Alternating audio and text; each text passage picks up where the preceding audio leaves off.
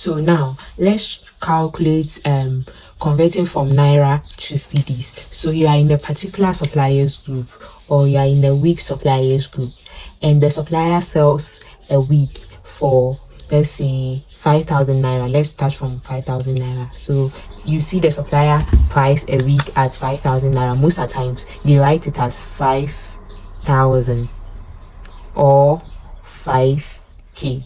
So if you see the K, it represents the 1,000, the 3 zeros, right? So this is what you need to do whenever you want Cedis. Whenever you want a particular item in Cedis, you multiply. So you just keep it here as multiply. Whenever you want a particular the price of a particular item in Cedis, you multiply. So you are going to multiply the 5,000 Naira by the 8.9, which is our rate. So 5,000 by 8.9. You now pick up your calculator and you punch it.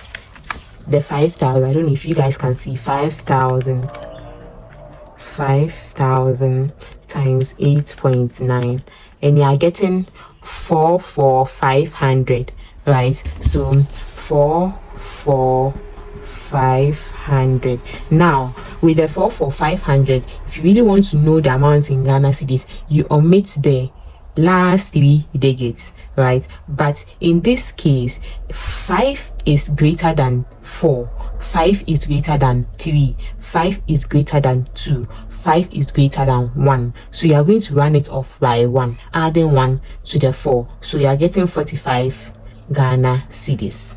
So this is the amount in Ghana cedis. Whenever you see an amount with 3 figures behind, you are going to omit the 3 figures, but just make sure that the figure is greater than 400, is greater than 300, is greater than 200, is greater than 100, right? So if it is greater than 400, you just add 1 to it, and you get 45 Ghana cedis. If this one was to be 46 Ghana, 4 for 600, the 600 is greater than 4, so you are going to add 1 to the 4 to make it 45 Ghana cedis. If it were to be 700, it is greater than 4, so you add 1 to it to make it 45 Ghana cedis. Please, I hope it's quite understandable. Let's just pick another random number. So let's say you find in the group, in the particular suppliers group, that the supplier is selling one dress for 6,000 Naira. So 6,000, you now multiply it by your exchange rate 8.9, because you want it in Ghana cedis. So you pick up your calculator, you punch 6,000 multiplied by 8.9, and you are getting 5,300, right? So 5,300. So with this 5,300, the last 3 digits here is 400. 4 is not greater than 500. 400 is not greater than 500. 400 is lesser than 500. So you are not going to add 1 to this 3, because it is lesser than 500. If it were to be 500, then you're going to add 1 to the 3 to make it 54. But this one, it is less than 500. So you are going to just remove all these from there and make it 53 Ghana cedis. Please, I hope this is understandable. This is because whenever you add 1 to the next figure, it makes it quite safer for you to send money to your supplier. So let's say the current rate, we didn't know that the current rate was 8.9. All this while we know that it's 8.9. Let's say all this while we know that it's 8.9. But now when we calculated and we sent the money to our exchanger is saying that the current rate is now 9. So if it is 9, because you have been able to add, you added 1 to them, because here you added 1 to the 4 already to make it 45 Ghana cedis, you are safe.